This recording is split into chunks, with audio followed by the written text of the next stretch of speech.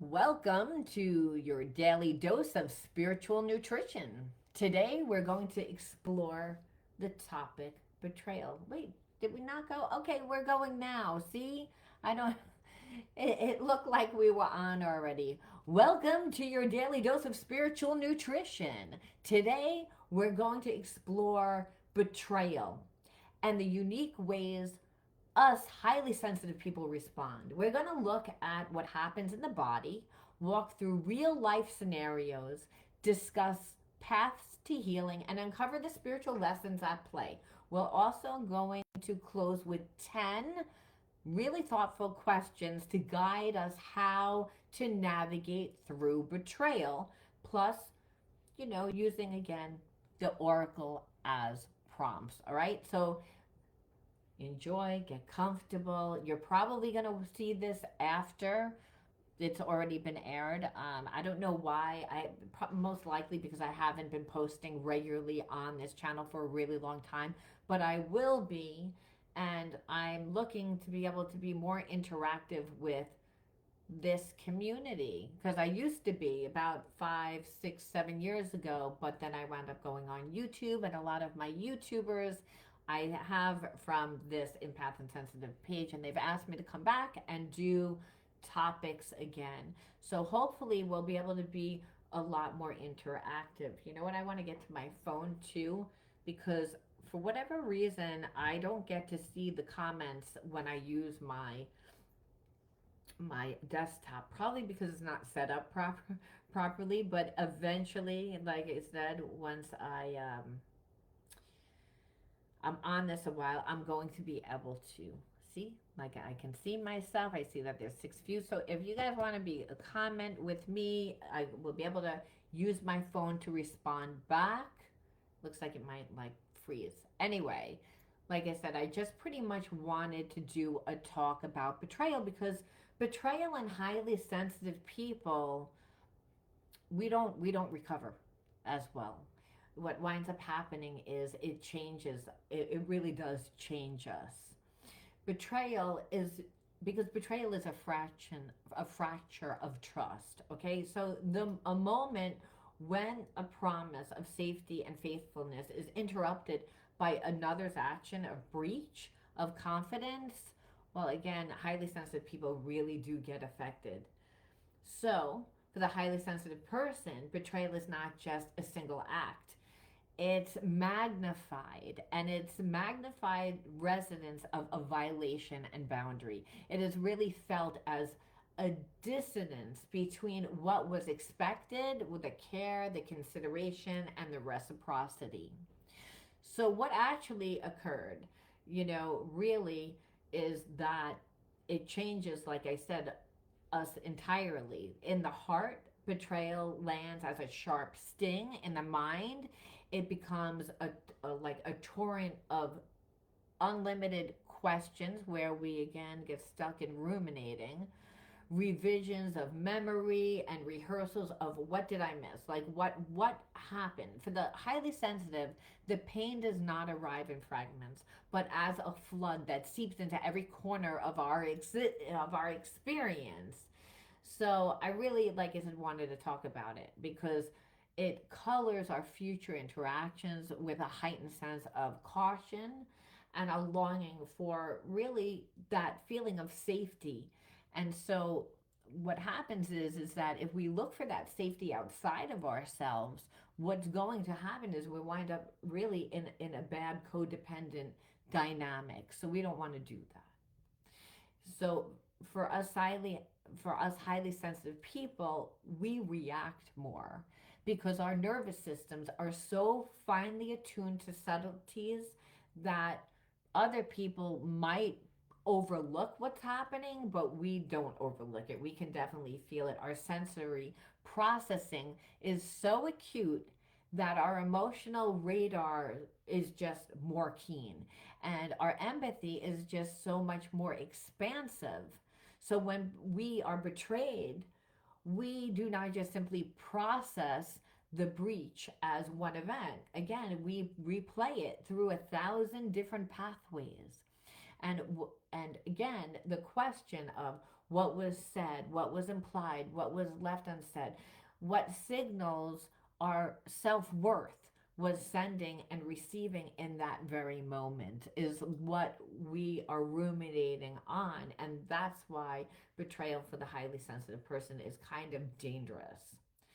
See, our body mirrors this inner weather. Everybody's body tells them, what we subconsciously are not aware of.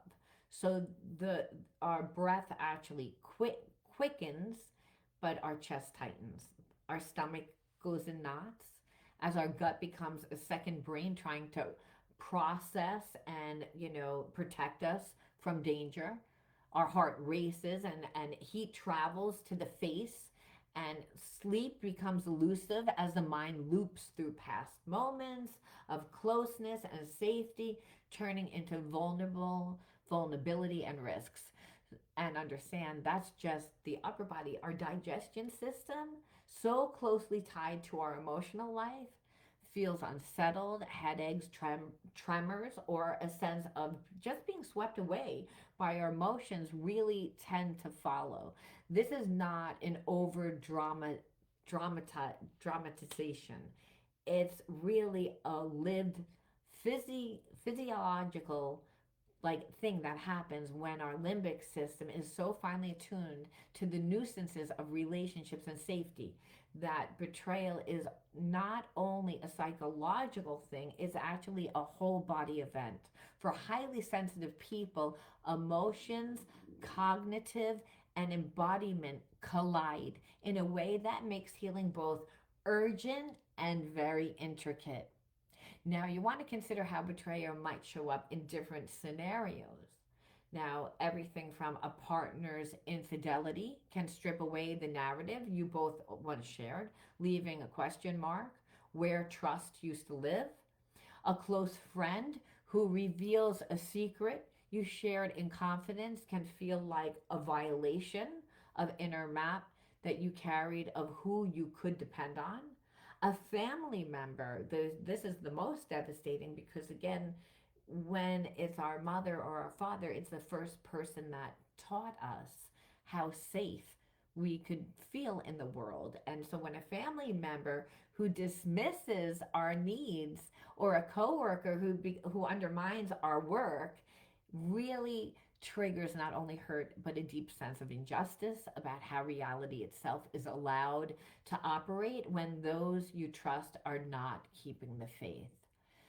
So, in each case, the betrayal is just less about the act itself and more about what it does to our sense of safety, our sense of self, and our belief in our future, and the future that we imagined for ourselves and actually with that person.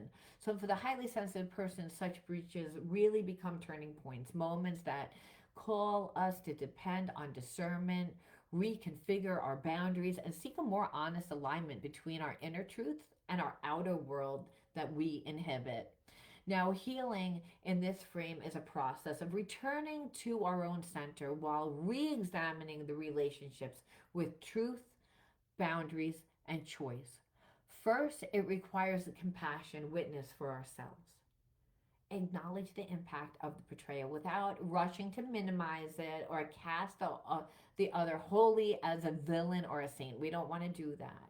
You know, understand it's normal to have anger and sorrow and disappointment and confusion. They're all valid compasses, pointing guides us towards what we need. So don't dismiss your feelings. Next comes the work of boundary healing.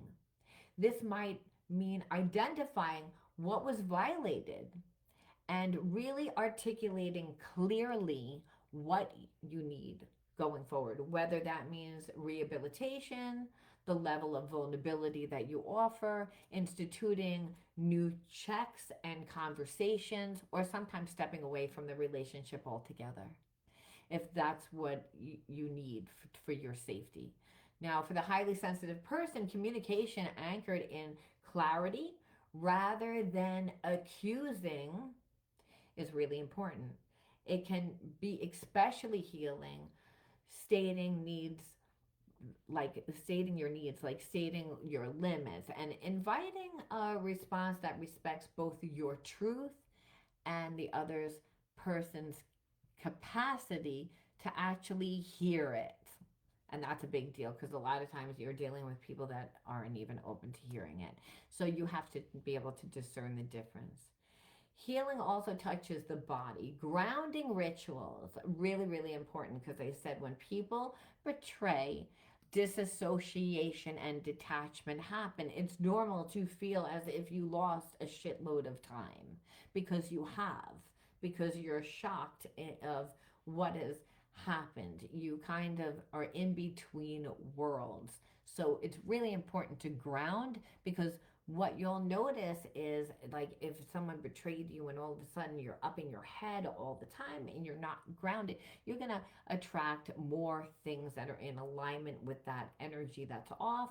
More, you're going to create more mistakes, you're going to get in your own way, so grounding means that you're not looking for more problems. Grounding means to be present and in the moment. So again, it helps soothe our nervous system and restore our sense of safety. That's why it's really important. So things like gentle movement, breath work, or just like a simple body scan to pay attention to where you feel that tightness in your body and then to really breathe into that space where you feel tightness.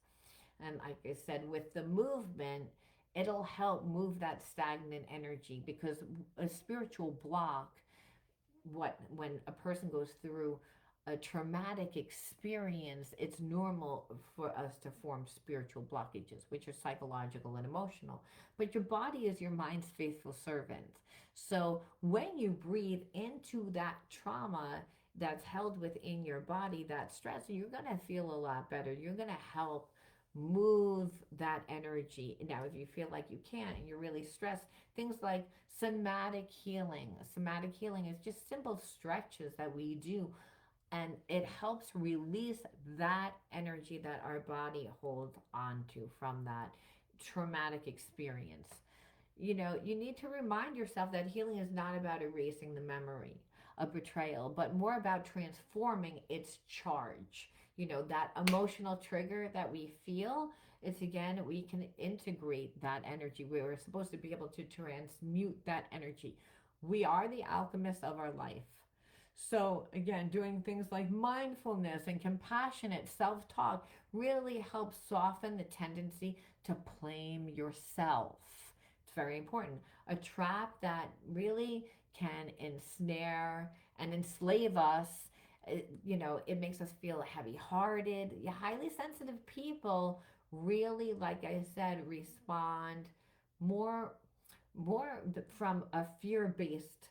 And so understand when we fear, the openness really creates more harm we feel. So it's normal for us to like close down. So doing exercises like, breath work, EMDR rather, EMDR.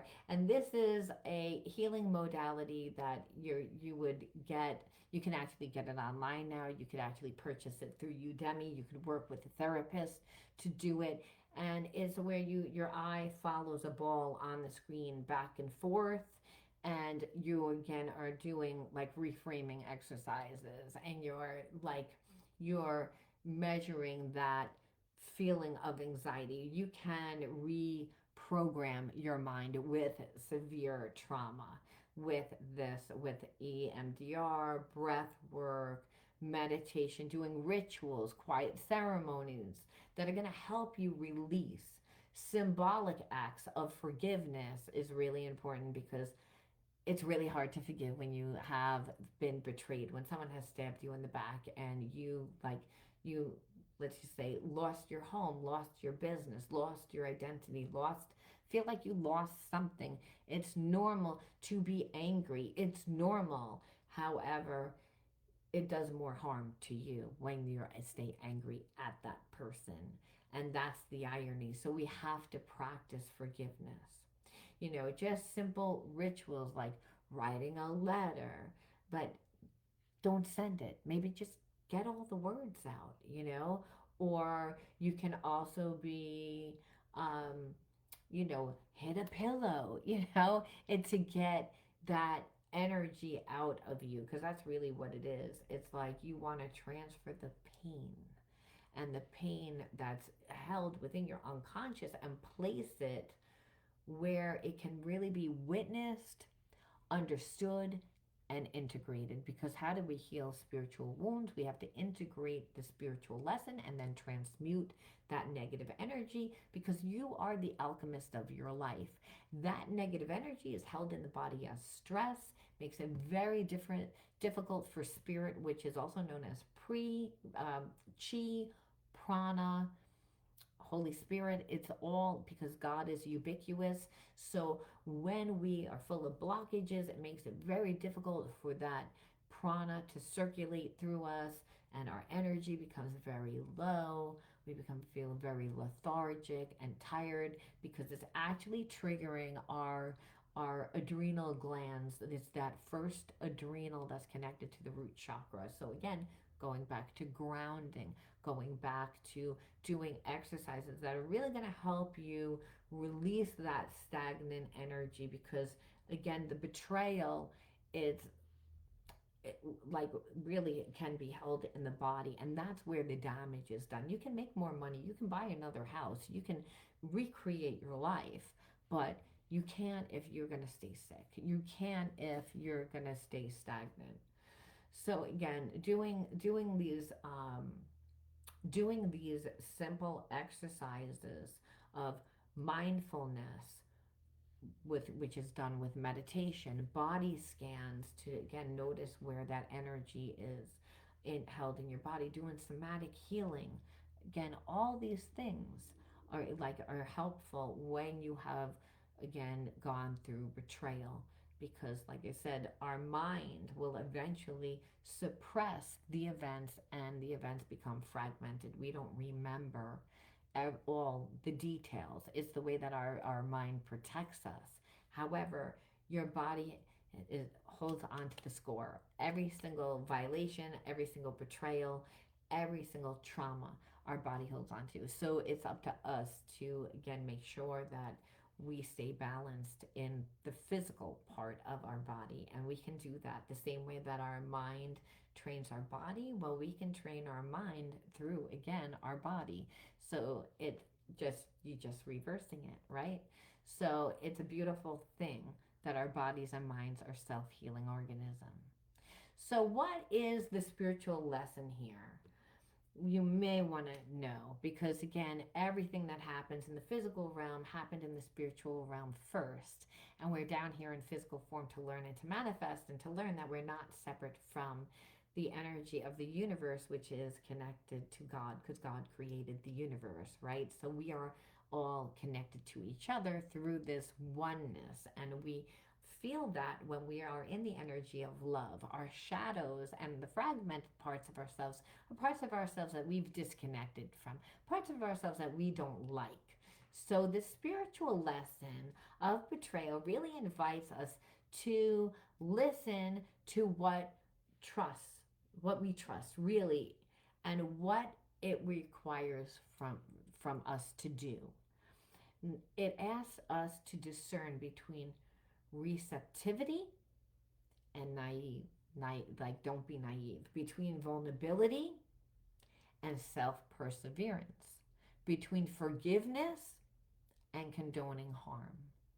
The lesson is not merely about the other person. Believe it or not, we tend to get stuck in thinking it's about the other person changing or all of a sudden betraying us. But it's more about our relationships with our own boundaries, what we allow, our worth, and our inner sanctuary. That's what betrayal is really about. When the spiritual lesson, we have to say, why did I allow this to happen? And what we will notice is a lot of times we've given away our power. We've been like a bystander in our own life. We're not rooted enough in our own identity and individuality, which is connected to our passion for life, right? So to get closer to God is to become the energy of love. Because when you're becoming the energy of love by doing what you love, by giving and receiving of love, you wind up again losing yourself in that time and space. Again, that's how you live your bliss, but it's also how you connect to the heart. It's how you heal intimacy, which, by the way, when people have gone through betrayal, they are going to have intimacy issues where you'll notice they will be an avoidant. So, without actually healing that, they feel cut off and disassociated, like they can't be in a relationship, like they don't have feelings when really they're just numb. So, like I said, getting good boundaries by becoming ourselves, because again, your mind can't be in two places at one time. If you're emotionally being fulfilled, you're not going to give too much to someone else.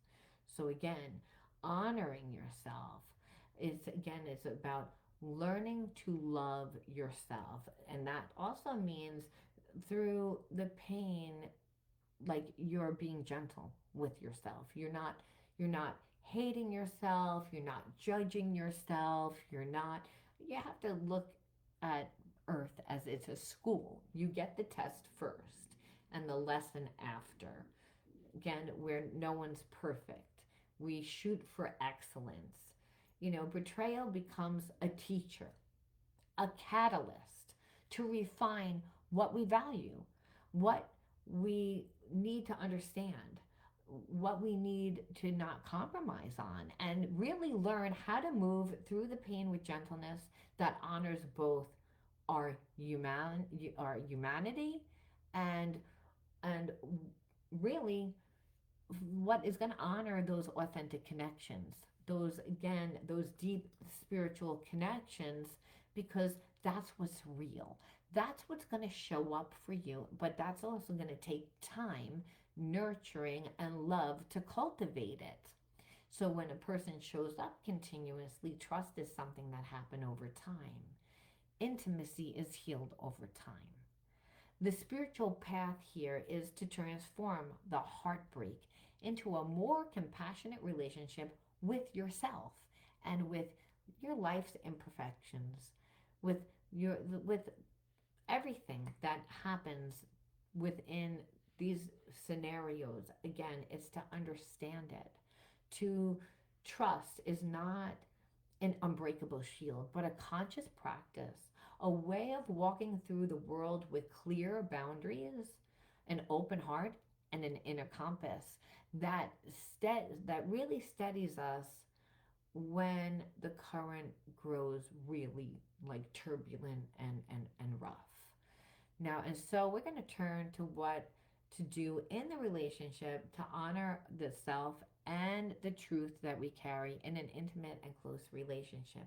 It's about pacing and clarity, articulating your needs clearly, naming what feels safe and unsafe, and inviting honest dialogue about your expectations, loyalty, and and don't be it's non-negotiable, and you don't need to apologize for your care. It is about choosing partners and friends who demonstrate consistency, respect, and who hold space for you and your sensitivity rather than exploiting it. It's all about learning to respond from a place of presence rather than negativity, to pause before reacting, really important. And healing also asks you to practice self soothing so you can offer yourself the nurturing that you deserve when harm occurs. It asks you to cultivate discernment, not cynicism, which is hard to do also, but a refined sense of wise openness. And it invites a willingness to forgive, not as quickly, but more deliberately, to choose peace while keeping your boundaries intact and your worth, again, non negotiable. In relationships, healing means you learn to protect the sacred space within you while offering authentic care to others.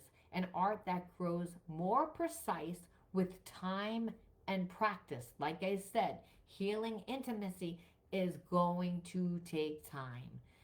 And now we're going to again shift to the insights that betrayal offers. Like, here are some oracle questions that I wanted to ask, um, to help you, like, really heal and to see again. We can say, what did this person do in the relationship? Again, what needs to be forgiven? What was the betrayal act? What did this person do? And we see here they gaslit. And I feel like some of them pretended to be single.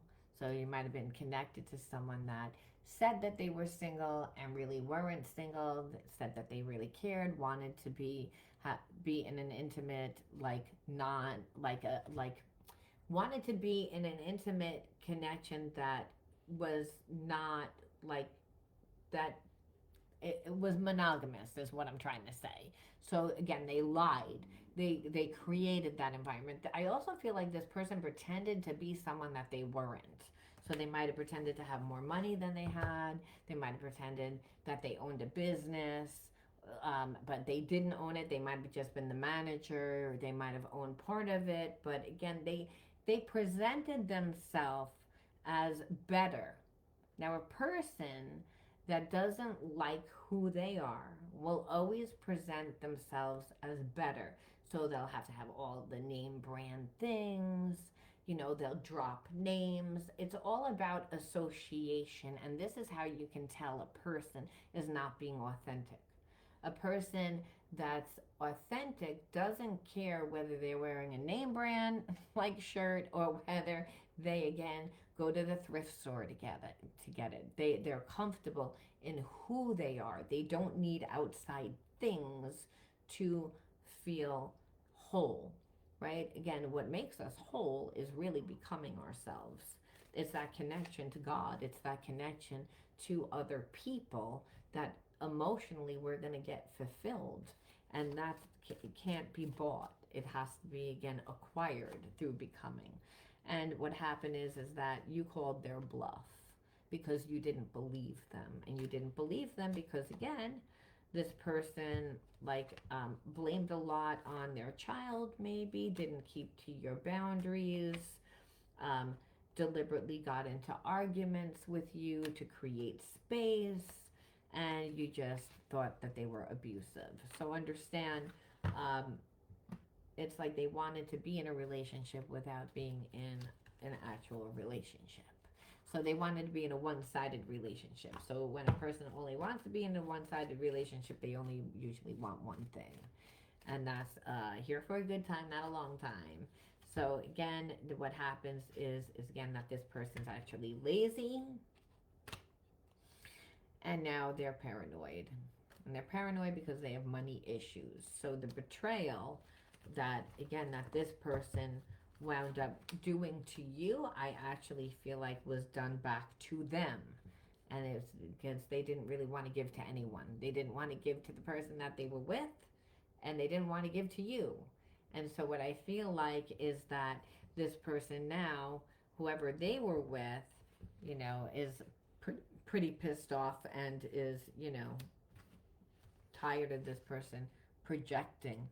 And this person's also extremely jealous of the fact that this person always has a wandering eye, possibly knows about you, and it just is tired. So the only way that they can really get back at this person is through taking their money, making them again have less. So they're actually in a place of poverty consciousness.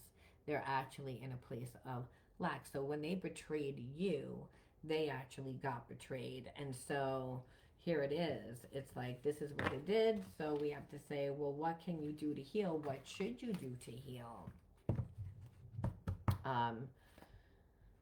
And then we'll close it out, and maybe how can you communicate? Let's see. What should be communicated? And if forgiveness is possible, what does that mean? How can you free yourself again. So you see here, innovation. So we can free ourselves by not focusing on it. If we have a life and we're really like having a love affair in our life, right? We're interactive in our life, we're emotionally getting fed, then whatever this person's betrayal was becomes very small because it didn't affect your life. You're not their betrayal. When you live a good life and you're created your life, what, you're not even focused on what that person did. You know, they betrayed you, but they got betrayed. So they're in a shit energy. You're not in a shit energy when you again are, having ideas and you want to create and you're becoming yourself. I mean, that's what is innovation. It's on you have ideas. You have ideas for your business. You have ideas for your life. So your mind's not even on what this person did. Again, and you're tapping in to the energies of the universe because this is a co-creation process. When you are becoming yourself or trying to manifest, the universe brings you everything that you need. So again, when the student is ready, the teacher appears. You're not in charge of how you create or how you get to your destination because that's where your healing is. The universe is going to bring you the things that you wouldn't normally choose for yourself. And I know this firsthand because there's no way in fucking hell that I would have joined a group that I had to get up at 5 o'clock in the morning to go to with all business people. I would have never, never, never, never, never, never. That's not my thing.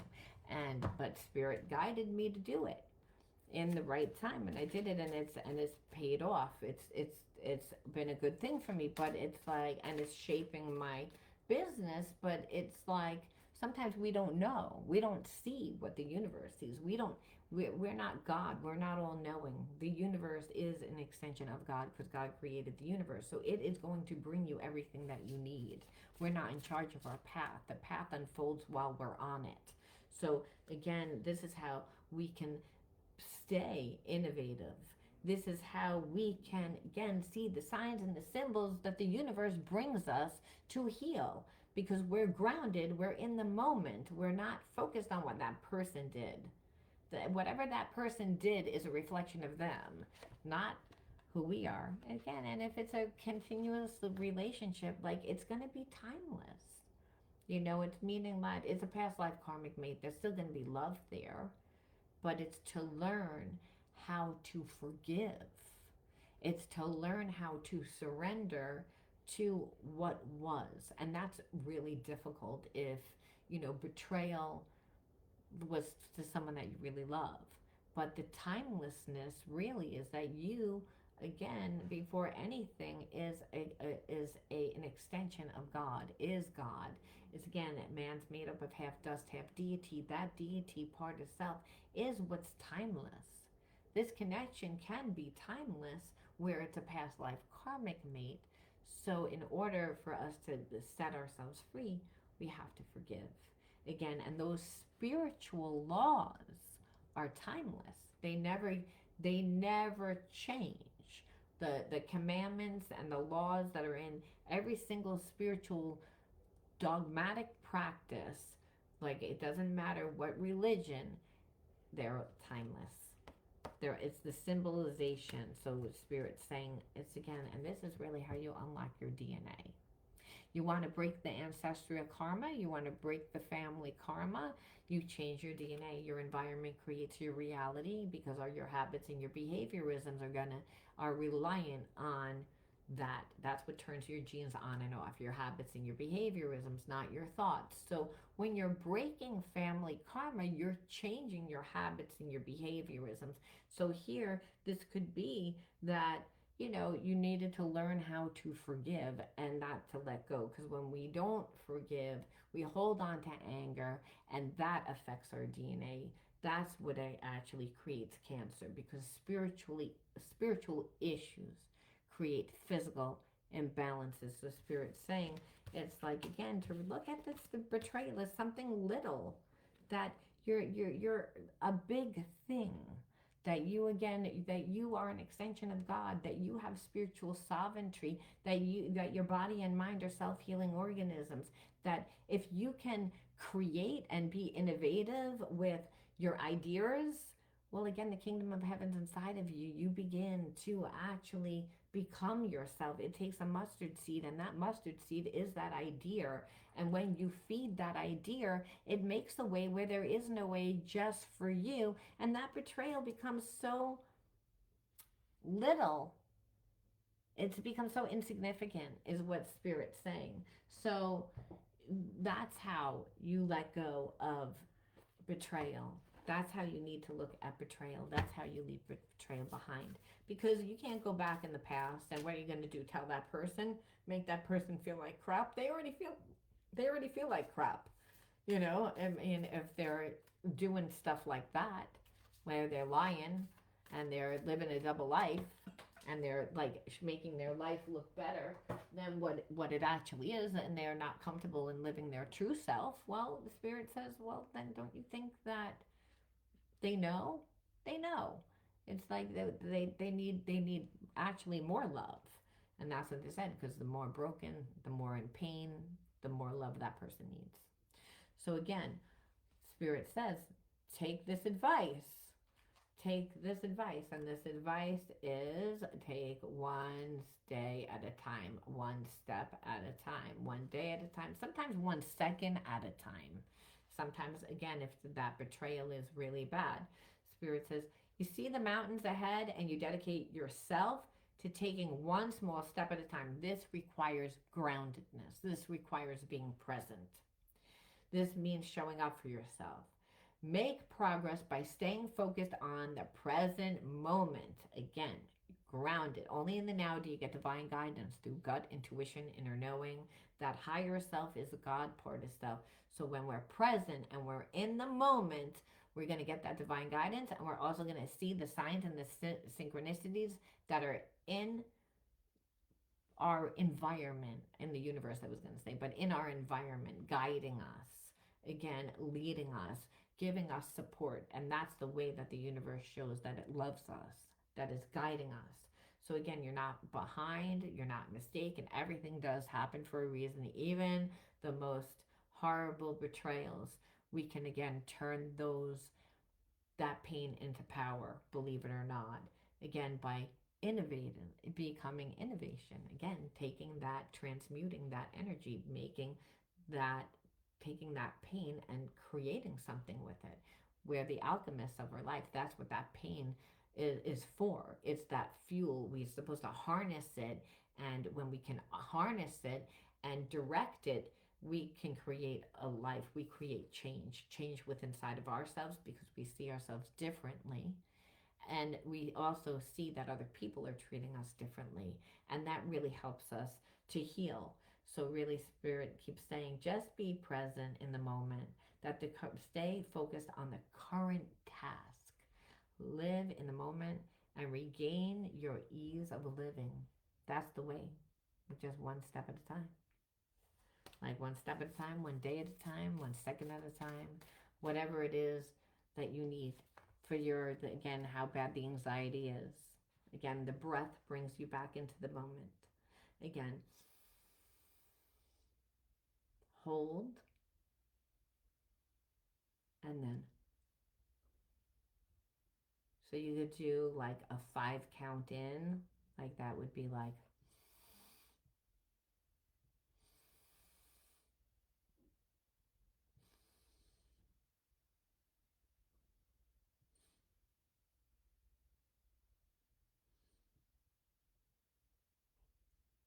hold,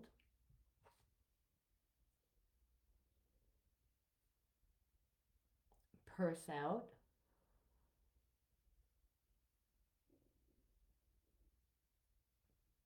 so you can do a 5 in count, and you can do like a seven out count. So again, you do hold 5, breathe in. And if you notice, I never took a breath in between the breaths. I would just breathe in, and then again breathe in, and each time holding it for a few seconds and then holding it with the last round for 5 seconds, and then purse out through your lips to the point that you see your stomach deflate. Because when you're breathing in, you're pushing your stomach out. Your stomach, your diaphragm is moving out as you're breathing in. And then when you purse in, you're again deflating that. You're deflating all the air from your abdomen out. And why you want to do that is because that holding of the breath signals your parasympathetic nervous system to shut off, to get out of fight, flight, or freeze, which when someone has betrayed us or we have gone through some sort of trauma, it's normal for our nervous system to become heightened. So that's where sickness happens if you stay in that mode for too long. You'll see digestion issues, you'll see heart issues, you'll see, because it changes us. And so obviously it affects the mind. And we leave off with one more where Spirit says, this is a hard one too, acceptance, which is like, who wants to accept that someone like betrayed you? However, it's like, again, remember that life isn't perfect, earth isn't perfect. We learn how to get good enough for heaven. We become perfect if we again integrate those spiritual lessons and learn those spiritual lessons properly. We will again, we're then good enough for heaven, supposedly, right? And that's when we're in the energy of love. So Spirit says acceptance is that you accept every step that life presents you without resistance, and that you try to find out what the universe is trying to teach you so that you can grow, and that you advance in freedom on the path to light. And the path to light is the path back to God, which is a path back to unconditional love. So again, acceptance, which is a hard one day at a time, 1 second at a time, and acceptance. But we couldn't have gotten better cards for this topic. I hope that you guys enjoyed it. Leave your comments, because I know that most of you guys are going to be seeing this after the fact. So leave your comments in the description box. And if you want to learn any specific spiritual topics, also leave them in your, again, your comment bar, not description box, your comment bar.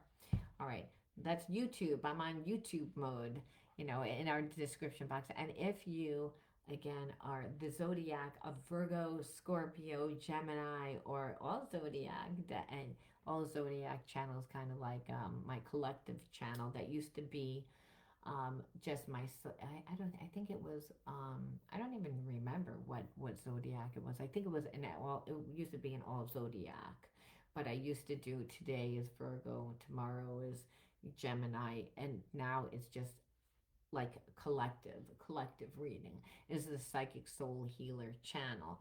So again, you can find my YouTube channels by just even typing YouTube and my name. And if you're one of those sign placements, sign up. And again, you can get daily spiritual messages. All right, I'm going to talk to you soon. Bye.